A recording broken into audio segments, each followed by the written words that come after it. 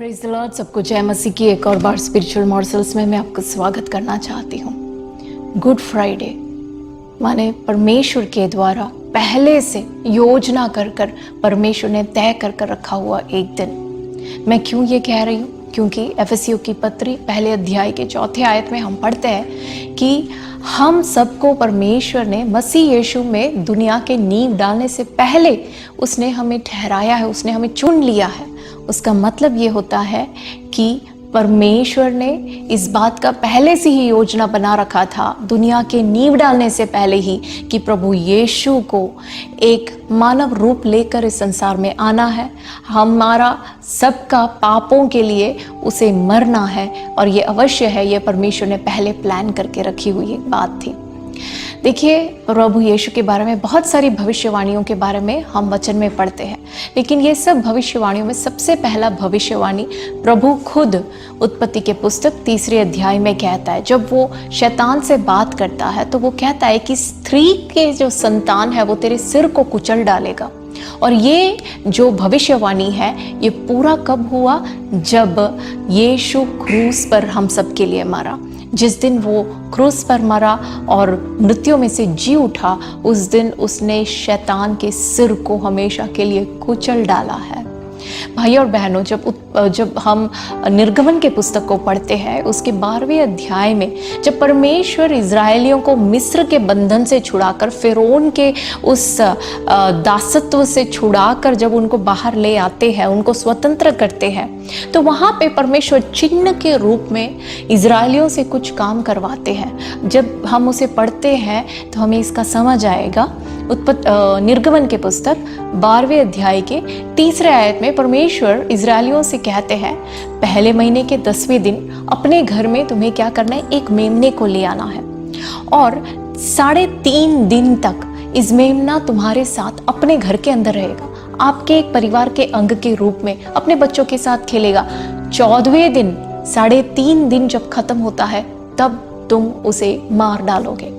प्रभु यीशु के बारे में जब हम पढ़ते हैं, हम सब जानते हैं कि जब वो 30 वर्ष का था उसने पब्लिक मिनिस्ट्री, अपनी सेवकाई शुरू की। लोगों के साथ मिलता जुलता था, 3.5 साल तक लोगों के साथ रहा। लोग उससे प्यार करते थे, वो लोगों से प्यार करता था। उसने लोगों को चंगाई दी, उसने लोगों को छुटकारा दिया, लोगों को, भूखे लोगों को उसने खिलाया। लेकिन यही लोगों ने 3.5 साल के बाद उसको मार डाला। बाद में जब हम आगे बढ़ते हैं, उसके 5वें आयत में, निर्गमन के पुस्तक 12वें अध्याय के 5वें आयत में परमेश्वर इज़राइलियों से कहता है कि जब ये मेमना तुम्हारे घर के अंदर होगा 3.5 दिन तक, तो ये 3.5 दिन तक तुम्हें क्या करना है? इसको परख कर, इसको अच्छे से जांच कर देखना है कि इसमें कोई कलंक तो नहीं है, ये निर्दोष है। इस प्रकार जांच कर देखने के बाद 3.5 दिन के बाद तुम्हें इसे मार डालना है। प्रभु यीशु को 3.5 साल तक लोगों ने इसको अच्छे से परख कर देखा और अंत में इसमें कोई भी कलंक, कोई भी दोष इसमें नहीं पाया। यहाँ तक कि पिलातुस इस बात को ऐलान करते हुए कहता है, मैं इस आदमी में कोई दोष नहीं पा रहा। ऐसे वो इसके बारे में घोषणा करता है। पहले पत्रुस पहले अध्याय के 19वें आयत में हम यीशु के बारे में इस प्रकार पढ़ते हैं, पर निर्दोष और निष्कलंक मेमने अर्थात मसीह के बहुमूल्य लहू के द्वारा हुआ है। जब हम पुराने नियम को पढ़ते हैं तो लेवीय व्यवस्था में हम देखते हैं कि जब एक पापी मनुष्य परमेश्वर के पास आता है अपने पाप से मुक्ति पाने के लिए, तो वहाँ पे याजक जो है एक मेमने को वो बलि चढ़ाता है और उस वक्त इस व्यक्ति को, वो जो गुनहगार है, उसको स्वतंत्र कर देता है और उसके सारे पाप को, उसके गुनाह को इस मेमने के ऊपर डालता है। उस मेमने को पहचानने का काम एक याजक का होता है। प्रभु यीशु जब इस संसार में थे, आप सब जानते हैं, यूहन्ना रचित सुसमाचार 11वें अध्याय के 50वें आयत में कयाफा नाम का जो महायाजक है, वो कहता है कि सारे मनुष्यों के पाप के लिए एक मनुष्य का मरना बेहतर होगा। वो किसके बारे में कहता है? यीशु के बारे में। देखिए, वो महायाजक है। पुराने नियम के याजक का काम, वो अनजान होते हुए यीशु को परमेश्वर का मेमना ठहराता है वहाँ पे।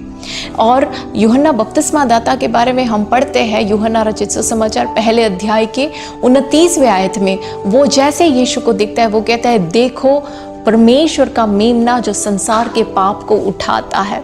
यूहन्ना बपतिस्मा दाता कौन था? वो वास्तव में एक याजक था। उसका पिता जकरिया याजक था। उसकी माता एलिजेबा जो है वो एक लेव्य परिवार की थी, तो वो भी एक याजक था। वो भी परमेश्वर के मेमने को पहचान लेता है। उसके बाद में जब हम आगे पढ़ते हैं निर्गमन के पुस्तक 12वें अध्याय के 7वें आयत में, वहां पे बहुत ही दिलचस्प बात परमेश्वर कहता है कि जिस मेमने को तुम मारते हो उसके लहू को तुम्हें लेना है और अपने अलंगों और चौखट पर तुम्हें लगाना है।